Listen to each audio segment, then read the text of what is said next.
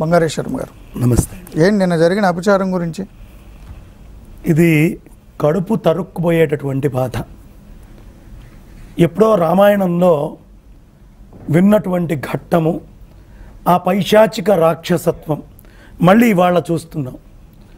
విశ్వామిత్రుడు అద్భుతమైన యజ్ఞం చేస్తూ ఉండేవాడు. ఈ చేసేటటువంటి యజ్ఞంలో మారీచ సుబాహువులు ఈ చీము, నెత్తురు, ఎముకలు, మలమూత్రాలు ఇట్లాంటివి తెచ్చి ఆ యజ్ఞకుండంలో ఋషులు అది దేవతలకు అందకుండా పోస్తూ ఉండేవాడు. విశ్వామిత్రుడు సర్వసమర్థుడు, అన్ని ధనస్సులు ఉన్నాయి, ప్రస్తుతం మన ఐఏఎస్ ఆఫీసర్లాగా. అయినప్పటికీ ఆయన అన్నీ వదిలిపెట్టి పక్కన ఉన్నటువంటి స్థితిలో ఉండి ఎవరు దీనికి సమర్థులు అని దశరథుడి దగ్గరికి వచ్చి రామచంద్రమూర్తిని అభ్యర్థించి తీసుకొని వెళ్ళాడు. ఆ వెళ్ళినటువంటి రామచంద్రమూర్తి ఫస్ట్ ఏం చేశాడో తెలుసా అండి? రూట్ కాజ్ని హిట్ చేయకపోతే ఈ దుర్మార్గం ఇంతే కంటిన్యూ అవుతుంది. ఏంటి రూట్ కాజ్?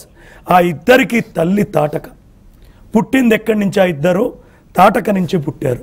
ఫస్ట్ రూట్ కాజ్ని అక్కడ హతం చేసి ఆ తర్వాత వాళ్ళల్లో కూడా ఒకళ్ళని ఆయన బాణంతో చంపి ఇంకొకడిని కొడితే మారిషస్లో పడ్డాడు.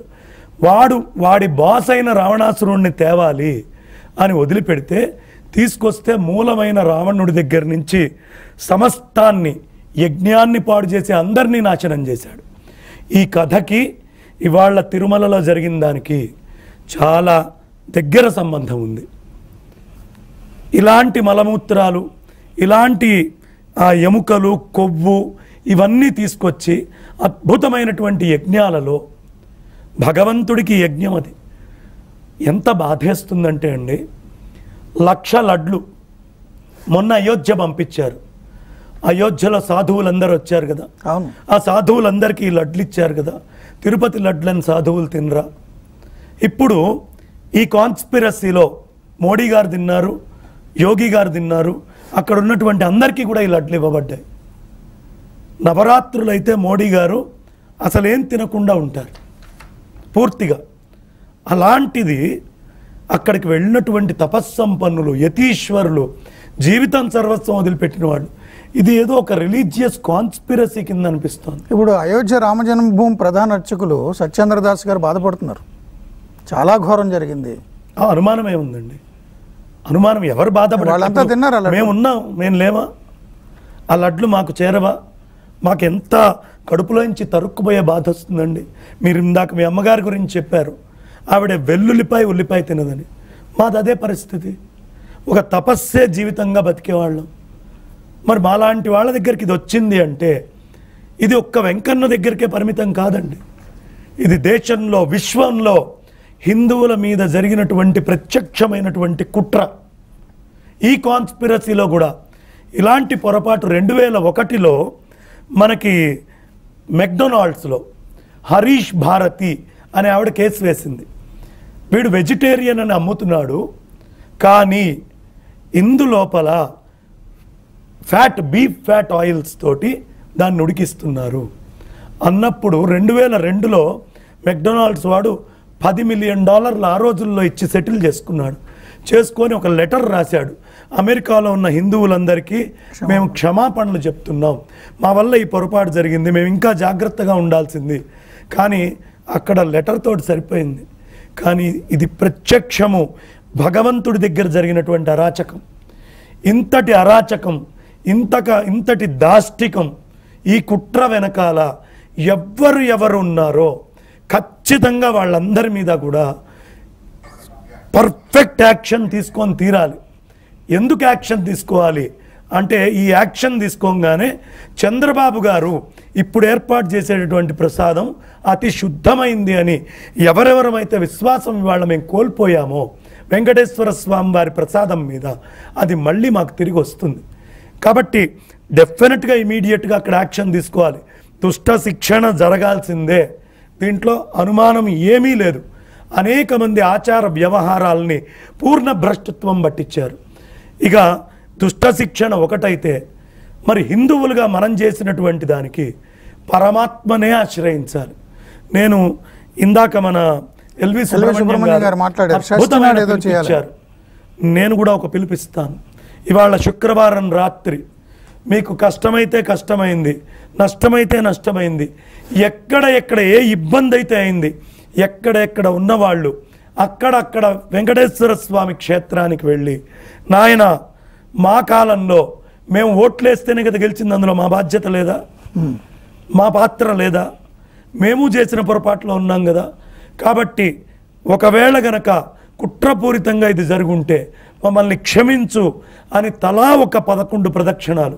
నేను కూడా ఇప్పుడు మా సౌందరరాజన్ గారికి, రంగరాజన్ గారికి ఫోన్ చేస్తాను, చేసి చిలుకూరు వెళ్ళి రేపు శనివారం చిలుకూరులో శనివారం రేపు ఒక 11 ప్రదక్షిణాలు ఈ జరిగినటువంటి అపరాధం నిమిత్తం నేను ప్రార్థన చేస్తూ, నేను ఆ స్వామిని వేడుకుంటూ ఆయన ముందు సాష్టాంగ ప్రణామం చేసి, మా వల్ల తప్పైంది స్వామి, మేమందరం జీవించి ఉండగా ఇలాంటి పొరపాటు ఎందుకు అంటే మీరు పంపించారు, లడ్లు వండిచ్చారు, నైవేద్యం పెట్టింది ఎవరండి? అక్కడున్న బ్రాహ్మడు కాదు. ఆ దోషంలో పాపం ఆ బ్రాహ్మణ్ణి పాత్రధారుణ్ణి చేయలేదా? ఏదైనా కంప్లైంట్ ఇస్తే అసలు ఈ అధికారుల పెత్తనం ఏంటండి?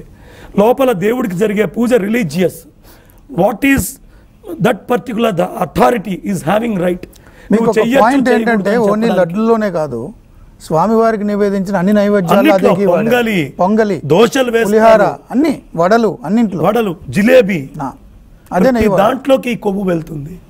ఇది ఒళ్ళు కొవ్వెక్కిన వాళ్ళు చేసిన పని. కాబట్టి నాయన మమ్మల్ని మా అపరాధం నుంచి క్షమించు. ఇంకొకటి, చంద్రబాబు నాయుడు గారిని నేను మనస్ఫూర్తిగా అభ్యర్థిస్తున్నాను, ఏ ఆర్గనైజేషన్ నుంచి అయితే ఈ దరిద్రం అంతా వచ్చిందో ఇమీడియట్గా దాని మీద రైడ్ జరగాలి. అది నేషనల్ లెవెల్లో మోడీ గారి దగ్గర నుంచి కూడా దాని మీద రైడ్ జరగాలి. ఎందుకంటే ఇది ఒక్క తిరుమలకు సంబంధించింది కాదు, వాడు ఇంకా అనేకమైనటువంటి ప్రదేశాలకి ఈ నేతిని అన్నింటినీ పంపిస్తాడు. సో నేషనల్ ఫుడ్ కార్పొరేషన్ వాళ్ళు అందరూ కూడా, ఫుడ్ సెక్యూరిటీ సంబంధించిన వాళ్ళందరూ కూడా ఖచ్చితంగా ఫుడ్ సేఫ్టీ డిపార్ట్మెంట్ వాళ్ళు వెళ్ళి, మీరు అన్నట్లుగా ఇప్పటికే కేంద్ర ఆరోగ్య శాఖ మంత్రి బీజేపీ జాతీయ అధ్యక్షులు నడ్డా గారు సీరియస్ అయ్యారు.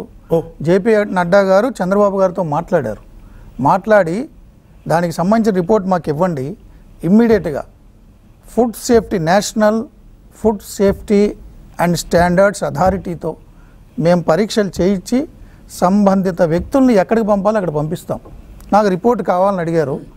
అదేవిధంగా ఆరోగ్య శాఖ మంత్రి ప్రహ్లాద్ జోషి మాట్లాడారు, ముఖ్యమంత్రి గారు ఈఓ గారితో మాట్లాడారు. ఈ రాత్రికి తనకు పూర్తి డీటెయిల్ రిపోర్ట్ అడిగారు, దాన్ని కేంద్రానికి సబ్మిట్ చేయబోతున్నారు. చాలా కఠినమైన చర్యలు తీసుకోవాలంటున్నారు. జాతీయ స్థాయిలో బీజేపీ నేతలందరూ అయితే ఉరిశిక్ష చేయాలి సంబంధిత వ్యక్తుల్ని, హిందూ మనోభావాలు దెబ్బతీశారని అన్నారు. అనుమానం లేదు. అమిత్ షా గారు, ప్రధాని గారి దృష్టికి కూడా ఈ అంశాలు వెళ్ళాయి. వాళ్ళు కూడా సంబంధిత వ్యక్తులందరితో మాట్లాడారు. ఆవు నెయ్యి కిలో ఎంత ఉందని చెప్పేసి జస్ట్ గూగుల్లో కొట్టండి, మీకు అమెజాన్ వెబ్సైట్స్లో కావచ్చు, మిగతా చాలా కేజీ ఆవు నెయ్యి కావాలంటే కనీసం 25-30 లీటర్ల పాలు వాడాలండి. 25-30 లీటర్ల ఆవు పాలు ఉంది, అదే 25-30 లీటర్ల ఆవు పాలు 320 రూపాయలకి ఎలా? ఏ వెబ్సైట్లో తీసుకున్నా కూడా వాళ్ళు డిస్కౌంట్లు ఇచ్చినా కూడా 500 రూపాయల కిలో తక్కువ లేదు. ఒకటి సువర్ణ భారతి అని గోశాల ఉందండి. ఆ గోశాలలో మేము నెయ్యి తీస్తే నెయ్యి ఖర్చు 5,000 దాకా కూడా వెళ్తుంది. అవును, ఎందుకంటే 30 లీటర్ల పాలు కాచి దాన్ని ఇచ్చేసి ఏటు కౌ ఘీ. రెండో పాయింట్ ఏంటి మూర్తి గారు? బంగారేశ్వరం గారు కళాకారులకి తగ్గించారు దర్శనానికి, కానీ క్రీడాకారులు, అదే ఇతర రంగంలో ఉండే సినిమా వాళ్ళు వస్తే ప్రాధాన్యతలు, రాజకీయ నాయకులు వీళ్ళకి ఎక్కడ తగ్గలేదండి. నాద నీరాజనానికి వచ్చే కళాకారులతోటి ఇబ్బంది అయింది. కానీ ఒకటి, రెండు, పట్మేడాలో ఒక మహానుభావుడు ఒక్కడే 6 లక్షల ఆవుల్ని పోషిస్తున్నాడు. కానీ మనకొక్క తిరుమల తరఫున ఉన్న గోశాలలో అవి అసలు సరిగ్గా మెయింటెనెన్స్ కూడా సరిగ్గా లేవు. గోవులని, నెయ్యిని ఆర్గనైజ్ చేసుకోగలిగే శక్తి టీటీడీకి ఉందండి. ఈ రూపంలో గో సంరక్షణ అవుతుంది.